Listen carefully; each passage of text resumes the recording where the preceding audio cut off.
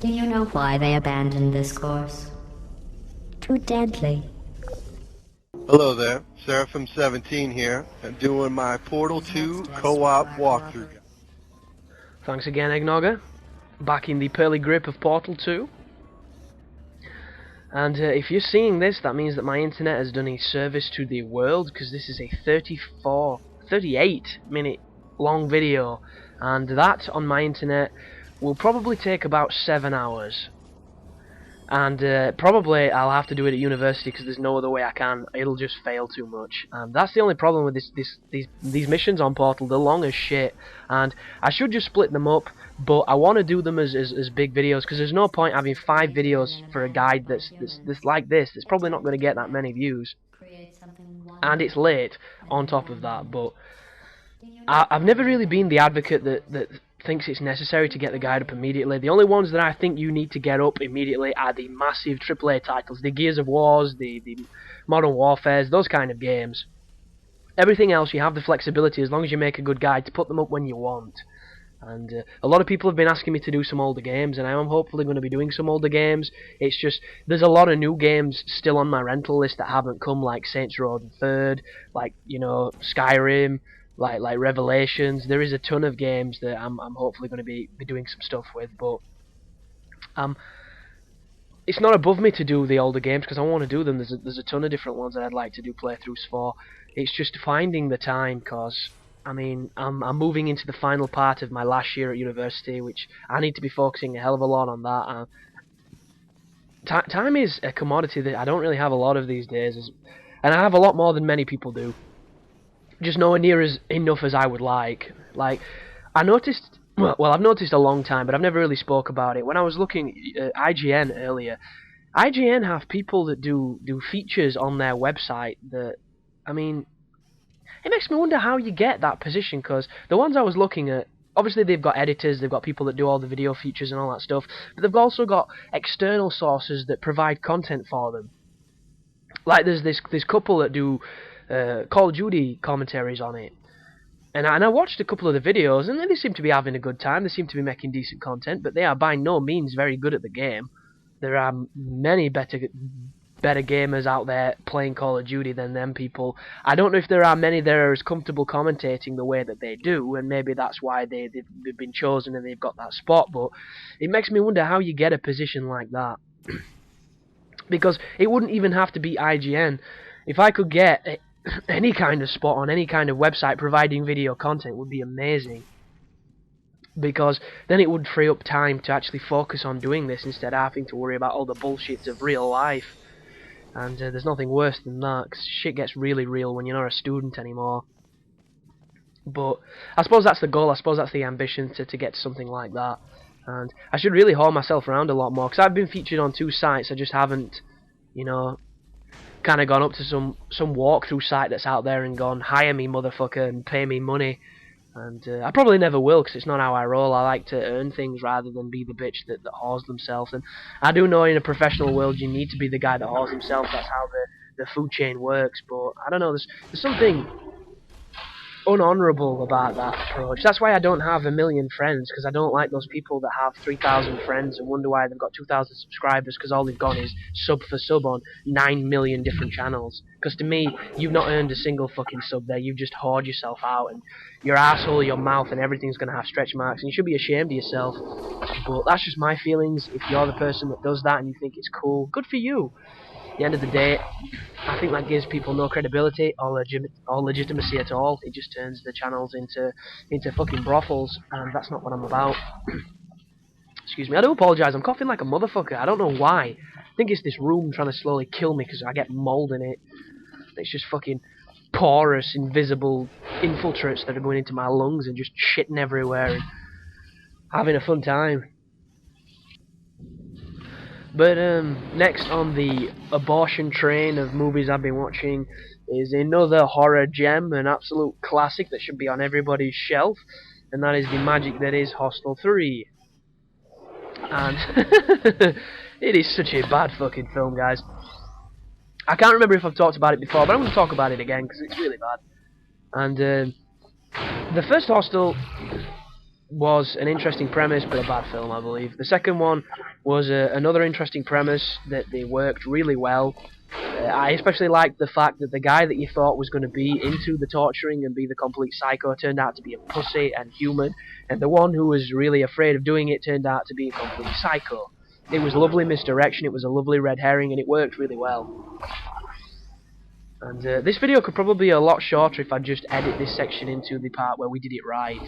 But, you know, I'm leaving in some of the mistakes so that you can see that we are human, and it's, you know, sometimes you fuck up. But the Hostel films have never been great films. I never really thought... I kind of thought they were riding off the bandwagon of Saw, the original Saw, back when Saw was good, before that turned into Police Academy. Fucking hate those later Saws. They are so bad. They're some of the worst films ever made. They made a lot of money, and that's the main motivation for everything these days, is fucking money. It's ridiculous, and I wonder why some films get made. I seriously do, but then you realise that all the retards went to watch them, so they made 500 million box office, and that's why they got made, and that's why there was a sequel. Because I'm telling you right now, people, if they could make a film called Clubbing Seals, and it could be a 2-hour film about seals getting clubbed, and as long as it made 500 million at the box office, there would be Seal Clubber 2. I assure you, there would be a fucking sequel, because that's just how it works. It's ridiculous. You'll also notice from the audio quality of this video that I am having, once again, issues with my fucking mic. And I'm beginning to think it's this laptop, because I've got a pair of Turtle Beaches, I've got these Tritons, and both of them have played flawlessly for the first few months, and then they start fucking up. And it's not the headphones, I know that for a fact, because I've gone on party chat and people can hear me fine. It's the fucking jacks on this laptop, I'm almost convinced. And I'm hopefully going to be getting a new PC, a new setup, so that's going to remedy the problems. I'm also going to be getting a better quality mic, and hopefully that's going to solve some issues as well. But at this moment in time, it's kind of random, because if I don't catch it early, I've already done a bunch of the commentaries, and there's nothing worse than going back and having to re-speak. It's just gay, and it's unfair. And I do apologise for it, but of all the guides for it to happen on, I'd rather it happen to this one, because it's not that important. But anyhow, back to Hostel 3, because I haven't really talked too much about the film itself. I've just said that I don't like it. This is a straight-to-DVD affair, so it's generally going to be a level of quality that's not very great. It's just how this shit works. It's just how it works. It really is. And for all intents and purposes, it's a really bad film. But there's a couple of funny parts to it that make you wonder, and it's like this whole group of people, that these elite killers or whatever the fuck they're on about, that they wear this tattoo of this really ugly looking dog, and they like to go and kill. And this most recent edition introduced this whole betting system and this whole voyeur aspect to it. And the saddest part about the film is the guy who's in charge of this particular, you know, brand of torture building place establishment is the guy who plays Wesley's father from Wanted. And I really like this guy as an actor, but in this film he does nothing. He really is like a fucking post. He's like a piece of furniture. He adds nothing to it. It's just an excuse to have some random half German dude talk in some broken English and look really mean. That's all he does. There's this one scene where he's probably thinking he's got the best job in the world because he's face deep in some bird's titties, but aside from that, he does nothing in the entire film. And the bit that's even stupider is his right-hand man, who should probably be a really reliable, sadistic, you know, fit killer, is like this 16-year-old nerd who is a sadistic psychopath, but is built like the dude who gets beat up at school. So it's like, you wouldn't choose this kid to be your right-hand henchman. You just wouldn't. He's physically, he's incapable of doing anything other than, you know, tell you all the rules to D&D. It's ridiculous. And there's an interesting scene at the start of the movie where you think these two foreign people are going to gang rape and murder this kid, and it turns out that the kid is the psycho, which is once again a little bit of misdirection that's actually quite tasteful, but all the gore in it is CG, and it's really bad CG, and it's just... It introduces a bunch of characters only to kill them off. And you know this is going to happen, but this does it in just ridiculous pacing, that it's like, there's one dude who gets captured at the start of the movie, and somehow does not get tortured, even though 5 other people get tortured before him, for him to break out of the cell, you think he's going to do something really important, and the only thing that fucking happens is he ends up getting killed anyway, and it's completely pointless. It's just, God, it's such a bad film. And I knew it was going to be, and I enjoyed it because it was a bad film. But, like even the tortures, the first film had the best torture sequences. Some of them were just plain cruel, and they were plain nasty. And if you put yourself in that place, in that role, you were like, if this was happening to me, what the fuck would you do, kind of thing. And, you know, it reminded you that there are some sick people in the world, and there's a high possibility that something like this is probably happening somewhere in some Eastern European country where the law is not quite as efficient. And it was impactful, even though I found it hilarious. The second one kind of diminished that, because it had this whole cock and ball scene that it thought was impressive, and I just thought, yeah, that's kind of crappy. And this one is just even worse. The first guy gets his face cut off, and that doesn't look too bad, but it's like, that is not... You could probably survive having your face cut off, because there's no main veins in your face. Don't get me wrong, it'll bleed a lot, and it'll have a lot of muscle damage, and you'll probably be fucked for life, but you're not going to die from that. Trust me, there's people that have had like full facial burns and shit, and they've not died from it. It's really weird. And because they've turned it into this whole showmanship bullshit, where the guy does something gay, and then everybody claps, and then a curtain shuts, and, you know, end of story, it turns into this almost like a pantomime effect. Like, there's this one hooker, this one escort girl, who gets this really psycho dude, surgeon guy, and he's obsessed with cockroaches, and he squirts a bunch of, I assume it's some kind of, you know, pheromone or super sweet bullshit that cockroaches love, and then he lays her down in this metal tray and pours cockroaches on her, and all these cockroaches go down her throat, and then she suffocates. And these cockroaches are the worst CG ever. They are fucking ridiculously bad. They're up there with the stuff that you see on the Science Fiction channel, or the Hallmark channel, or those Movies for Men channels, where you know that this had like a grand budget, and the dude on the computer was probably programming with an Atari. There's some really, really bad effects. And it's just like, of all the things they could have done to this woman, and I'm not advocating violence in any way, but if I'm going to be watching torture porn, I at least expect some fucking gruesomeness, you know what I mean? You can't be doing this clean bullshit. So, she dies anyhow, and then there's the last situation, which is arguably the best. And it is a guy who's on a honeymoon, who the story features around, and the guy that came with him who arranged the honeymoon turns out to be a psychopath who actually wants to kill him because he wants to secretly bone his wife. And I know what you're thinking, this plot is pretty thin, and don't worry, it is thin, and it's what you expect, but he's in a chair, tied down, wearing like a groomsman outfit, and this dude's got a chainsaw, and he's celebrating to this crowd, and there's a little friction between the main dude, the German guy who's in this film for no reason, and the guy who's about to kill his friend. So to make it a little bit more interesting, he actually releases the shackles of the dude in the seat, and it's like, oh yeah son, shit just got real, it's on. And I thought it was going to be really, really cool, and it's not. It's really, really bad. So he gets out of the chair, he grabs like a pathetic looking sword, and they have a little bit of a sword fight, and shit gets real, and it's like, oh, it could have been so good, it's really not. And then it just gets silly, and it's got the worst twist ending that you can see a mile off, and it's just an utter pile of shit.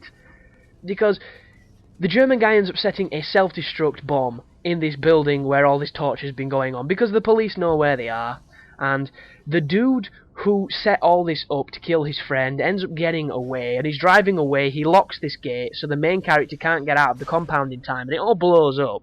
And the first thing I'm thinking is, boy, that is a shit-looking explosion. The second thing I'm thinking is, he is a decent enough distance from this building to probably survive this explosion.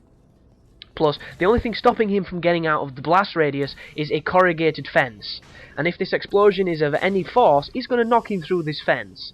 It's a given, almost. And it cuts to the psychopath being with the main character who didn't escape the explosion's wife. And it does this lovely pull out on this urn. There's this like slow zoom out from this urn, and it's obviously the main character's urn, and it's been his funeral, and the wife's like, oh, I'm so upset, I don't think I want to sleep tonight alone.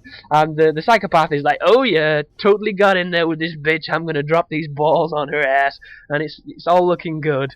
And she's like, there's only one problem. And he's like, yeah, what's that? And she picks up this corkscrew and stabs it in his hand, and she's like, he's not really dead, you motherfucker! And it cuts to them being in this basement filled with like garden tools and knives and scissors and all sorts of nasty contraptions, and this guy is sat in the bed, and the main character and his wife have this sadistic look of just pure evil on their face as he revs this ridiculous looking like grass cutter and cuts this dude's face in. And all I'm thinking there, I'm not thinking, you get him, dude, you get your revenge, this is how movies should be, the nice bit of, you know, vengeance. I'm thinking, in the space of 10 minutes, the two main characters, including a woman who had nothing to do with anything for the entire film, have turned into a sadistic pair of murderers, akin to a Bonnie and fucking Clyde. And it just makes you think, how does this even work for a plot development? This woman does not have sadistic tendencies, and yet now she's got blood on her face, she's practically licking it with a serpentine tongue. It's like, what is this shit? And I know what you're thinking. I was thinking the same. Why am I looking for such depth in my straight-to-DVD horror films? I don't know. Especially when you bear in mind it's a horror sequel, which denounces it's going to be even fucking worse. And this is literally up there with Wrong Turn 4, which if anybody likes that film, you should probably go and see A Shrink, because that is... oh, goodness me. Filmmaking is an art form, and like many art forms, you will always have the guy who thinks he's great at it, but all he's doing is drawing shitty finger paintings. And nobody has the courage to tell him, because apparently art is so subjective, you can't call art a piece of shit. Yet, we all know, secretly, if we're honest, a lot of art is a bag of shit. And it's just the same with filmmaking, and this film is no different. It is a fucking abortion. Stay away from it unless you want to laugh, and then watch it with friends, with beers, and enjoy yourself, because it is a pile of shit. It's like, one of the deaths is a dude with a crippled dude who gets shot with arrows. That is it. He gets shot with arrows. If I'm going to see people get shot with arrows, I'm watching The Last of the Mohicans, motherfucker. I'm not watching this garbage. Or I'm watching Hard Target, where there's that dude with the metal crossbow that stalks the dudes. What a film. But, yeah, Hostel 2, bad film. I expected it. It was. I don't know why I'm surprised. I don't know. I guess I expected a little bit more from it. But I have been watching a bunch of other films, but at this moment in time, I can't really remember them, which is always a pain in the ass. I watched the Inbetweeners movie, but compared to the series, it was really bad. It had nowhere near the charm or the level of humour that the series does. And I am by no means a massive, you know, proponent of the Inbetweeners, because I've only just really watched it. But I watched one episode, and then I watched all 3 seasons in a day, and I really enjoyed it. It's probably one of the funniest, you know, coming-of-age series comedies that I've seen in a while, because I remember having that kind of mindset at school, and it's really spot on and really cool. And I do believe they're actually making an American version, which hopefully will be the same quality, but it'll probably feature completely different kind of activities, because the culture difference between England and America is pretty massive, especially at school. But who knows, it could be cool. What I have been doing, which is pretty out there and pretty eclectic, is I've been going through the James Bond movies to see if they hold up now that I'm a little bit older, and I can't look at them with the same, you know, twinkly, nostalgia-riddled eyes. And so far, it's been a pretty rough experience.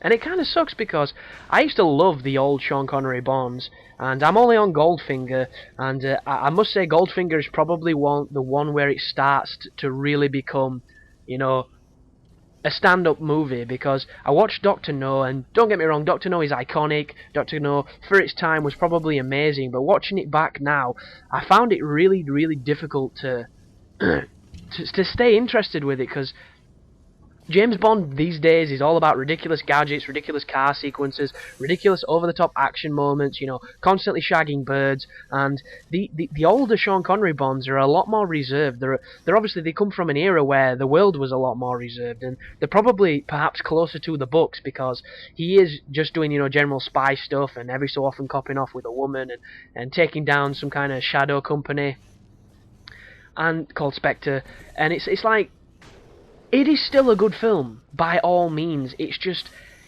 it's hard for my, you know, like my fucking Michael Bay brain to stay interested in it these days. And it's not because I like Michael Bay, because I fucking don't. But it's just like, I don't know, I kind of expected more from it. I kind of remember it being more, but maybe it was when I was younger, and it's still got some cool sequences in it, and I'm understanding a little bit more of it. Like, Sean Connery is a boss in these films. He's ridiculous. It's like, they're so sexist, it's unbelievable, and I love them. They're just hilariously sexist. When he's just like, hang on a second there, dear. Men are talking. Now, fuck off. And he doesn't care. He just walks up to some bitch, slaps her ass, and he's just like, let's go bang ho, you want it, and they do. And it's great. But obviously it's ridiculous fantasy at the same time. But Sean Connery was a player, man. He was a full-on player. And the second Bond film is obviously From Russia with Love, which is a little bit stronger. It's got a little bit more going for it, but they seem so slow these days compared to this ridiculous, attention deficit disorder versions that we see now, and I'm just finding them a little bit more challenging. But I've got to Goldfinger. Goldfinger's sassy, it's got a good bad guy, and so far I'm really enjoying it, because it's the Bond that I remember. It's got the good song, it's got the good intro with all the, ridiculously silhouetted ladies. And I've just got to the section where James Bond foils Goldfinger's cheating. He then goes and spends the entire day with the bird in bed, and then comes back into the room and she's painted in gold. And they and they make the whole, it's obviously skin asphyxia, Bond. It's where your skin can't breathe because it's covered in too much paint. And I'm sitting there thinking, is this really something that happens? There's dudes covering themselves in latex and yet you can suffocate your skin. I don't know how much fidelity's in that, but I'm enjoying it, to say the least. And I'm just looking forward to getting to some of the later Bonds, because I haven't seen them in absolutely ages, and I wonder how they're going to hold up. Because I just remember Roger Moore's been really ridiculous all the fucking time. So much so that you couldn't even take them seriously. But yeah, the Bond films have gone down. I've also been playing some pretty strange games to them, because people have been asking for a Vanquish guide, and I actually wanted to do a Vanquish guide when I first started my channel, but when I researched it a little bit, I found out that the copyright on the game is very strange, and there are certain parts that you can't put on YouTube because it comes up with copyright infringements, which would mean that A, I wouldn't be able to put a finished guide up, and B, I wouldn't be able to run monetization on it to see what my statistics are, and that is a big no-no at this moment in time, because the monetize option is really helping me see what is popular, because I don't know if you know what this is, because many people who watch the videos aren't the biggest YouTubers, but the Insight tab in Video Manager's now changed to Analytics, and it's actually got really, really detailed and really interesting, and I'm enjoying it, but it doesn't tell you the percentage of certain areas that I would really like, and the monetize goes into a whole bunch of different detail. Like, it shows you how many times the ads have been clicked, it shows you all sorts of different things, and they're really interesting to see, because that shows you the probability of when the ads are popping up. And one thing I have noticed from my statistics, which is a bit disheartening, but hopefully I'll be able to figure it out, is since YouTube changed to the new layout, my ad revenue has completely sank. And, it's because the ads themselves aren't playing on the videos even when I set the option to do so. So what I want people to do, who are my more loyal subscribers, if you could, is just when you're watching my videos, tell me the probability of when ads pop up on them. If it's 1 in 3, how many videos you've watched a day, how many times the ad popped up. But just check videos that you might not necessarily go on, just to see if it's happening, because I get this sneaky suspicion that it isn't, and I need to fix it, because I've gone from literally, if I was hitting 100 a day, I'm now hitting 10. So it is 1/10 of what I've been hitting before. And my first instinct was, maybe the videos aren't getting as many views, but the view count hasn't changed. If anything, the view count has gone up, and these stats just don't make any sense. So hopefully with the help of my loyal subscribers, I'll be able to figure out what the hell is going on and fix it. But I think it's probably just a new layout being a piece of shit, because I don't like it at all. I went on a guy's channel the other day and I couldn't even see his channel comments because it's so ridiculously set out. It makes no sense, and I really don't like it. But thanks to anybody that does, do some investigating Sherlock Holmes style for me. I am indebted to anybody that does. But it's just a little bit weird, really weird, in fact. But yeah, the Vanquish guide is probably never going to happen. I might do a balls deeper Vanquish because it's a fantastic game. But at this moment in time, I've been playing some interesting stuff. Like I've got to a section on Ninja Gaiden Sigma, which is a pain in the ass because I've got to fight a bunch of giant dinosaurs before I kill this boss. And this is the first time I've even fought these dinosaurs in this kind of number, and they're kicking my ass. And I say dinosaurs, the giant ogres with clubs. There's dinosaurs in the game. They're actually really easy once you know how to fight them. But these dudes, like, there's a weapon that I think I could use against them, but I haven't given enough scarabs to get it, which is a little bit frustrating. But when I'm not playing that, I've been playing Valkyrie Profile 2 on the PlayStation 2. Check me out, retro school in it.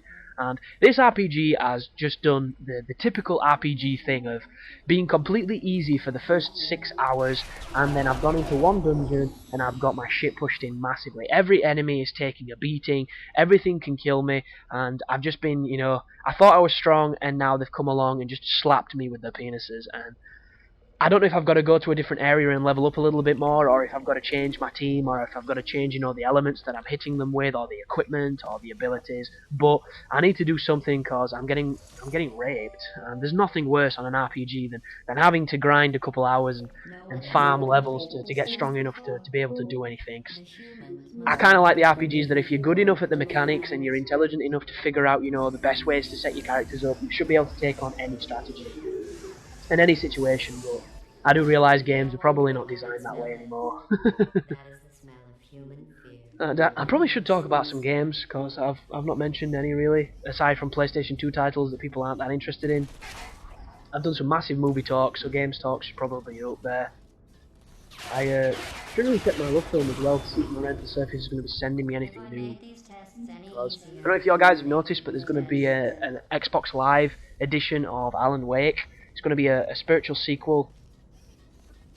I was a massive fan of Alan Wake. It was one of my favourite games of the year that it came out, because I thought it was so different, and I'm a Remedy fanboy, born and bred. I've always loved Max Payne, I will always love Max Payne, and I will always love that development team at Mac. And Alan Wake did have issues, but for the most it was a fantastic game. And apparently they're going to be reusing the assets but completely changing a lot of the features. There's going to be more enemy types, there's going to be more weapons, there's going to be different environments, different situations.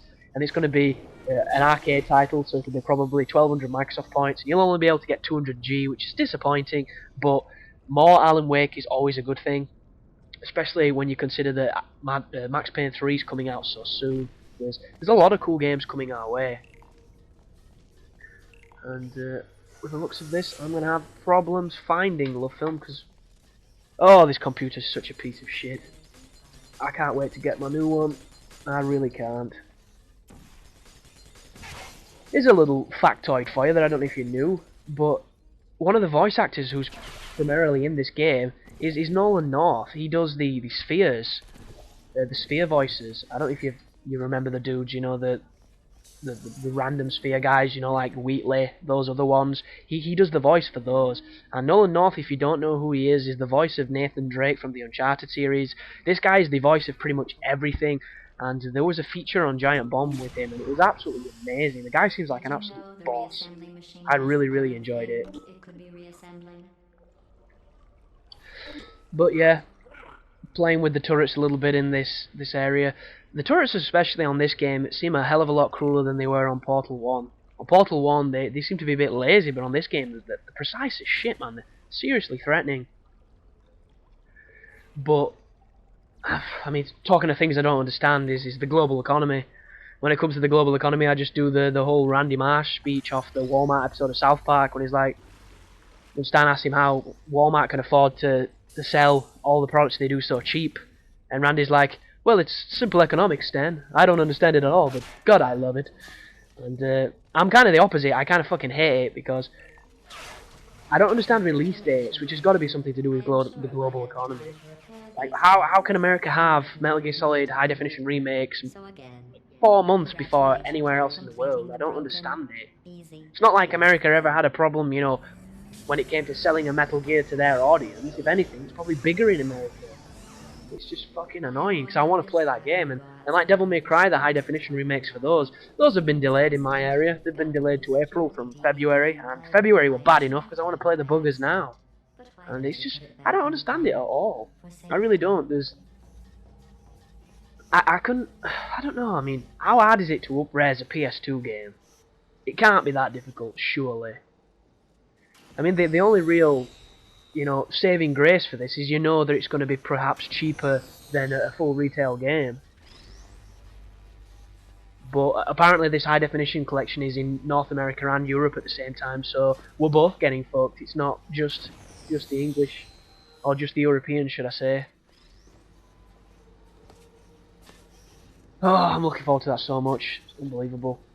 And if anybody's never played those games, the first Devil May Cry is one of the best games ever made. I don't know how well it'll hold up these days, but the combat in it is second to none. The second one is probably the biggest letdown of any gaming series ever, and then the third one is equally amazing, but it's really, really hard. The third one is one of the hardest games that's ever made, really. Especially when you consider that the normal version, the normal difficulty on the European and American version of Devil May Cry 3 is the hard version of the Japanese one, which I never really understood, because out of the people that are the biggest sadists in gaming, it's generally the Japanese or the Korean. And to give them an easier version of a game, I don't know, man. Sounds a bit weird to me. And it makes me wonder how hard the new one's going to be, because there's a bunch more gameplay that's been revealed for the DMC, as they're calling it, which is very gay, but it's Devil May Cry, so I'm probably going to love it.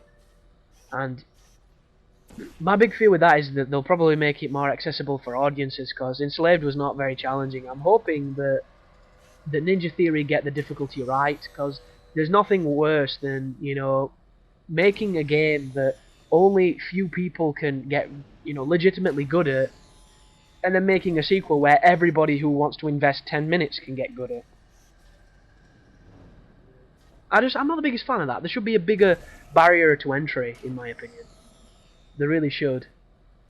And they're continuing to pump out games that I have absolutely no clue what the fuck they even are. Like, Oni-chan is getting a sequel called Kagura. Oni-chan Z Kagura. And the first one, if you've never seen this, looks hilarious. You play a bikini-wearing samurai girl, like, demon hunter thing. And she's just walking around in a thong bikini, kicking dudes' asses with a giant sword. And it looks garbage. And they've made a sequel to it, so it must sell like a bitch in Japan. There's no explanation for that getting a wider release, other than the fact that 75% of all gamers are generally perverts. We are, it's just how we function. There's also mention that HMV's future looks bleak. So apparently, if you don't know, HMV is a UK retailer. They do CDs, they do DVDs, they do games, they do all sorts of electronics and shit. They don't do TVs or anything. It's just generally, you know, movies, games, music type thing. And apparently they're having massive financial losses. And I don't have any sympathy for this company, because I can remember, well, what date would that have been? Maybe back in early 2000s, I went to a HMV to buy a Children of Bodom album, because back then, I don't even think, like, I might not have had the internet at the date that I went to get it, because I was still in school, and we didn't have it. And, well, we had dial-up once, but then we got rid of it, because it was shit. But I didn't buy things on the internet, because I didn't even have a card to do it, so I had to actually go into the shops and buy things. And the only shop I knew would sell this album was HMV. And the album that I'm talking about is an album called Hatebreeder. It's the second Children of Bodom album, and it's got 8 songs on it. There are 8 fantastic songs. It might have 9. It hasn't got 10, I'll say that much. It's got a small amount of songs on it for an album, especially considering if you buy a pop album, you generally get 15 pieces of piss pop songs. And it cost 18 quid for a CD with 8 songs on it. 18 quid, and I bought it because I'm an idiot, because I really wanted it at the time, but no CD should cost 18 fucking quid. There's no wonder there's piracy. There's no wonder people download and file share. Nobody wants to pay 18 quid for a damn CD. Especially when these days nothing has a CD player, because everything's fucking MP3. It's ridiculous. You can't put a CD on an iPod, and if you try, you'll probably breach your warranty. It's like, this is the same company that sells singles, which... Oh, sorry, EPs. Singles are different. EPs with 3 songs on them for 14 quid. 14 quid for 3 songs. I'm sorry, but I think I'd rather give head to a homeless guy than have my wallet so severely raped by this stupid consortium of bullshit. I mean, 14 quid! 14 quid! That's like fucking $20. It's ridiculous.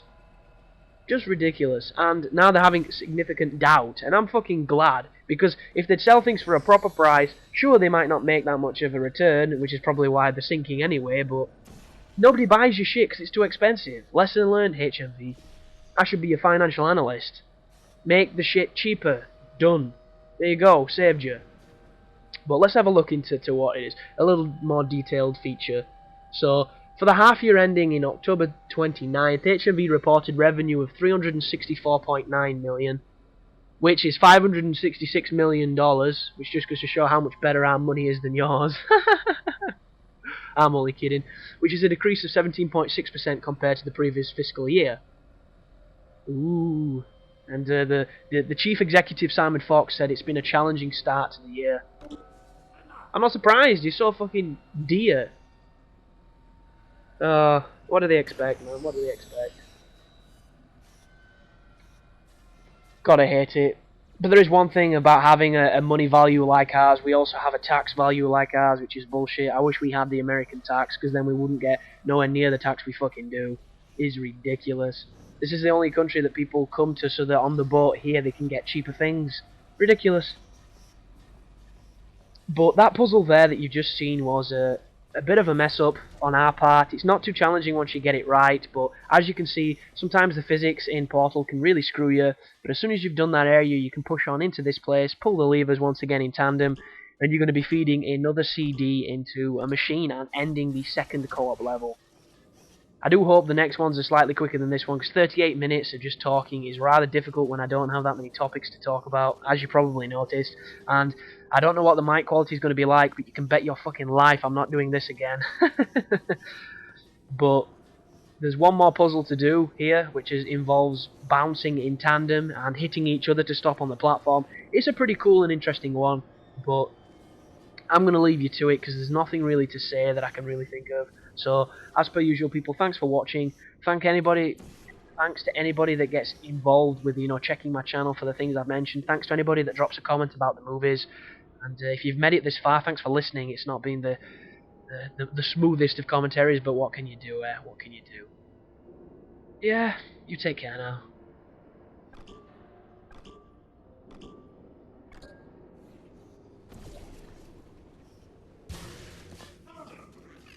Just stop flailing around like an incompetent.